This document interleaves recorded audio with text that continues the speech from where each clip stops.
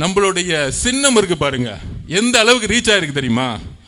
கோவளத்திலிருந்து கரெக்டா 7-8 stop, sorry மகாபலிபுரத்திலிருந்து Kovalam வரைக்கும் நான் போயிட்டு இருக்கேன். ஒவ்வொரு தாட்டி கண்டக்டர் விசில் அடிச்சுக்கிட்டே இருக்கார். ரே ரே போலாம், இறங்கி நிப்பாட்டு. நான் அப்பதான் நினைச்சேன், எத்தனை ஆயிரம் பஸ் ஓடிட்டு இருக்கு, ஒவ்வொரு ஸ்டாப்லயும் விசில் அடிச்சுட்டே இருக்கார் கண்டக்டர். அப்ப நண்பர்களே, நம்மளுடைய சின்னம் 8 கோடி பேருக்கு ரீச் ஆயிடுச்சு.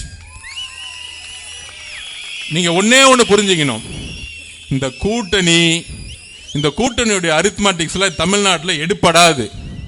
தலைவர் மேலே நம்பிக்கை இல்லாத பொழுது பக்கத்தில் இருக்கவங்க மேல எப்படி நம்பிக்கை வரும்? முதலமைச்சர் வேட்பாளர் அண்ணன் திருமானனா? இல்லை.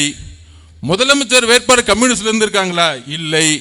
முதலமைச்சர் வேட்பாளர் அம்மா பிரேமலதா மேடமா? இல்லை. வேற யார் இருக்காங்க? முதலமைச்சர் வேட்பாளர் ஐயா வைகோ அவர்களா? இல்லை. முதலமைச்சர் வேட்பாளர்கள் அண்ணன் வேல்முருகன் அவர்களா? இல்லை. நேத்து வரைக்கும் எம்எல்ஏ சீட்டு கொடுப்பாங்களான்னு நினைச்சிட்டு இருந்தாங்க. அதனால இன்னைக்கு புகழ்ந்துட்டு இருக்காரு சட்டசபையில். ஐயா எனக்கு கொஞ்சம் எம்எல்ஏ சீட்டு கொடுத்துருங்க, அப்பாவும் பையனும் புகழ்ந்துடுறேன். எம்எல்ஏ சீட்டு வேணும்னா எங்க தலைவர் விஜய் அவர்கள் திட்டா சீட்டு கிடைச்சிரும். விட்டுருங்க, நல்லா இருந்துட்டு போறார், நமக்காக நல்லா இருந்துட்டு போறார். போனா பொழைச்சு போட்டோம்.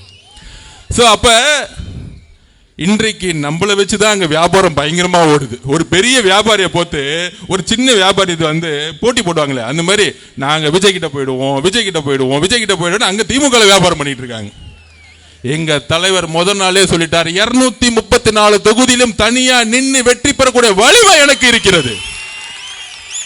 தொண்டர்கள் பலத்தை மட்டும் சொல்லல, மக்களுடைய பலம்.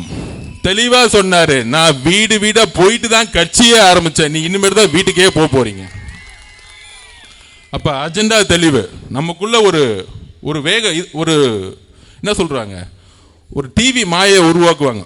நீங்க 2014 திருப்பி சொல்றேன், 2014 தேர்தல் களம் எப்படி இருந்துச்சு தெரியுமா? கலைஞர் சென்ட்ரல் கவர்மெண்ட்ல அவங்க தான் பவர், காங்கிரஸ், விசிகே, பிஎம்கே வரிசையா பாத்தீங்கன்னா எல்லா கட்சி இருந்துச்சு. ஆனா 2014 எதிர்கட்சியா கூட திமுக ஆகல.